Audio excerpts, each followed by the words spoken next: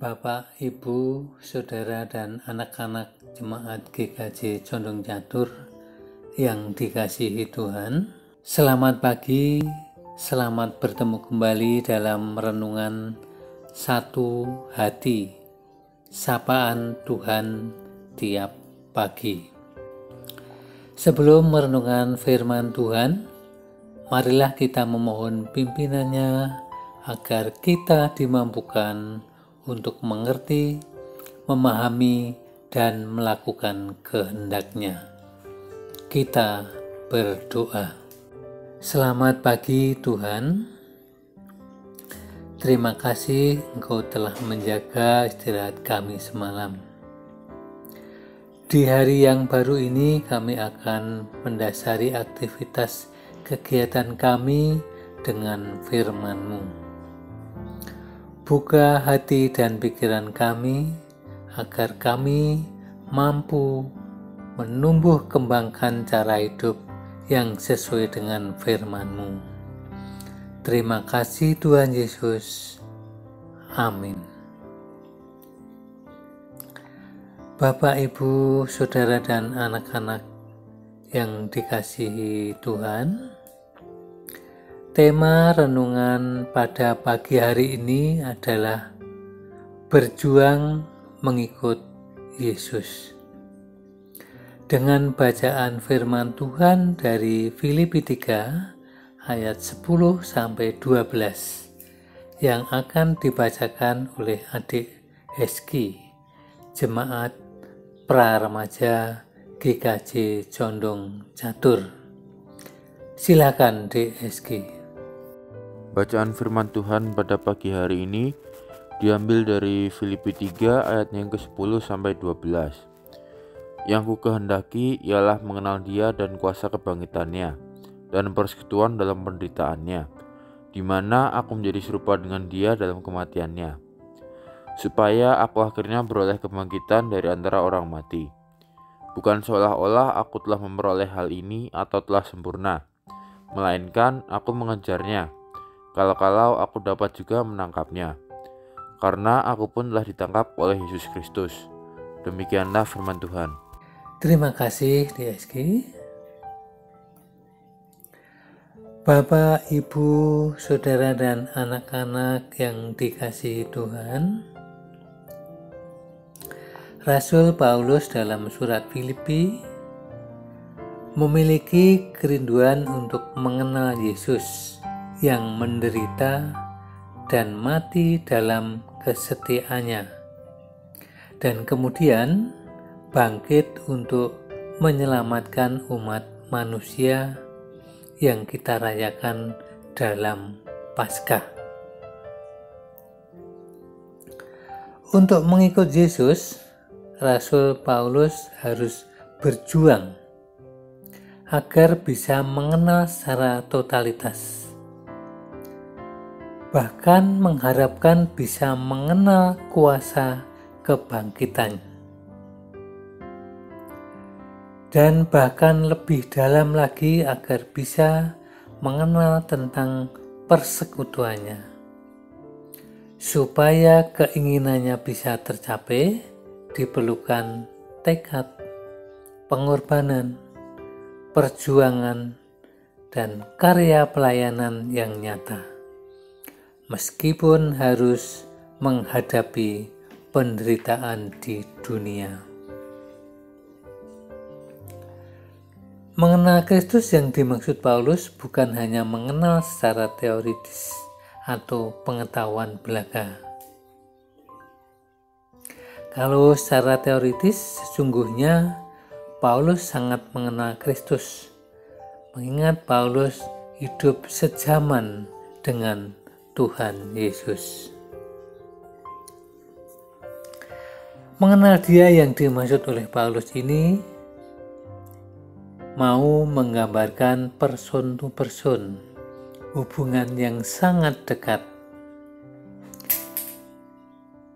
yang menyatu dengan pribadi Kristus. Setelah mengenal Dia dengan sangat dekat, bahkan menyatu dengan pribadinya, maka kita juga harus mengenal kuasa kebangkitannya. Hal ini menjadi kekuatan kekristenan. Di saat yang sama kita bukanlah siapa-siapa, akan tetapi pada saat yang sama pula kita tahu Tuhan memberikan kuasa terbesar, yakni kuasa kebangkitan. Di alam semesta tidak ada kuasa lain yang lebih besar yang dapat mengalahkan kuasa kematian selain kuasa Kristus. Dunia mencoba mencari cara untuk menyelesaikan kematian, tetapi fakta membuktikan bahwa dunia tidak dapat mengalahkan kematian.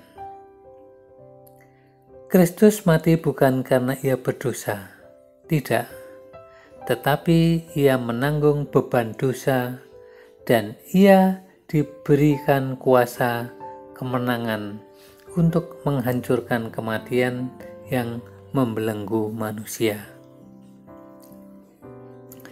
Kebangkitan Kristus merupakan penyelesaian dari problema manusia yang paling dahsyat, yakni kematian. Kuasa kebangkitan membawa kita pada kemenangan total dan membuat kita mempunyai daya juang. Kita memang kecil dan lemah, tetapi Allahku besar dan kuat. Inilah paradok. Dan ini menjadi kekuatan bagi kita untuk melangkah di tengah dunia ini. Hendaklah kita mengevaluasi diri kita. Dengan kekuatan apakah kita menghadapi perjuangan hidup di tahun 2021? Dengan kekuatan kita sendiri, ataukah bersandar mutlak pada pimpinan Tuhan? Manusia berusaha lebih suka mengandalkan kekuatan diri dan ironis. Ketika ia mengalami kehancuran, Tuhanlah yang disalahkan. Bahkan lebih celaka lagi, Tuhan yang harus memperbaiki kesalahan yang ia telah perbuat. Inilah sifat manusia berdosa. Manusia seringkali memperlakukan Tuhan tak ubahnya seorang pesuruh yang harus menuruti setiap keinginan kita. Hati-hati, banyak orang yang mengaku cinta Tuhan, bahkan mau menyerahkan seluruh hidup hanya untuk Tuhan. Tetapi sesungguhnya di balik itu keinginan dirilah yang menjadi utama. Paulus dengan tajam melihat kalau kita hanya ingin kuasa kebangkitan dan segala macam bentuk kuasa kemenangannya saja, tetapi kita tidak mau menjadi serupa dalam penderitaannya, maka rusaklah iman kekristenan kita. Tuhan tidak pernah menjanjikan bahwa menjadi anak Tuhan akan selalu hidup nikmat. Anak Tuhan tidak pernah mengalami kesulitan. Tidak. Dunia tidak bertambah baik.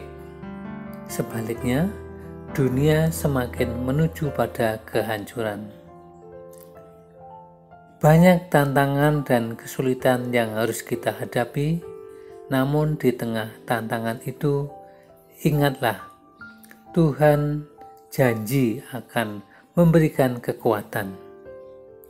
Kuasa kebangkitannya akan menyertai kita, sehingga kita mampu berjalan di tengah dunia. Cuaca tidak akan selalu terang benderang.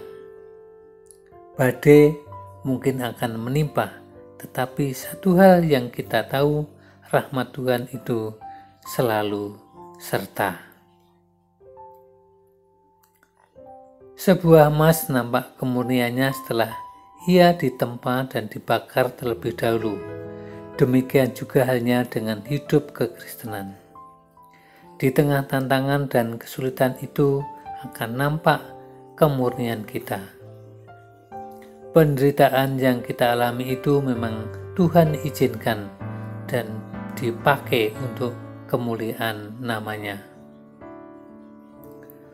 Orang seringkali berpikir bahwa kesuksesan berarti kita terus naik ke jenjang yang lebih tinggi. Tidak, menurut Alkitab. Untuk mencapai kesuksesan, maka orang harus diturunkan sampai ke titik nadir, titik terendah, untuk kemudian ia naik dan naik sampai ia mencapai kestabilan yang paling besar di dalam seluruh hidupnya. Kristus telah memberikan teladan indah bagi kita. Untuk mencapai kemuliaan, Kristus harus turun menjadi manusia, menghamba, mati di kayu salib, dan Kristus taat, maka Allah memuliakan dia di atas segala apapun juga.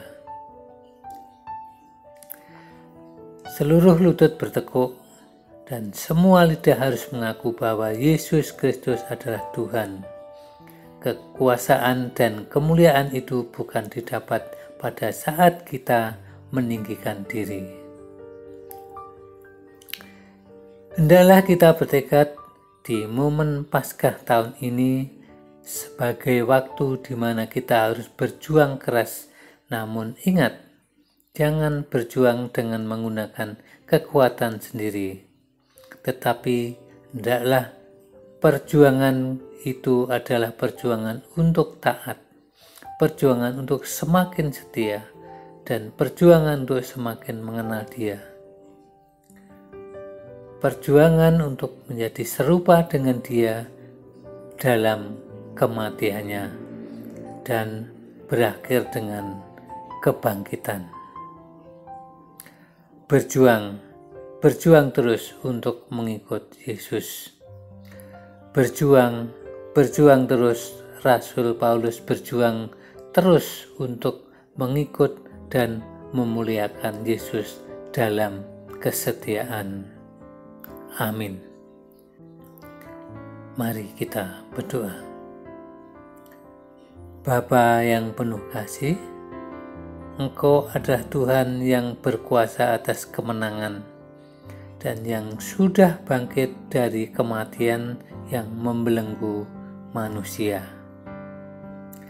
Ajarilah kami untuk bisa mengenal Engkau dengan sepenuh hati, agar kami mampu untuk berjuang, berkarya, dan memuliakan Engkau dalam pelayanan kami. Mampukan kami untuk hidup setia kepadamu Tuhan, dan ampuni dosa serta kesalahan kami. Terima kasih Tuhan. Amin.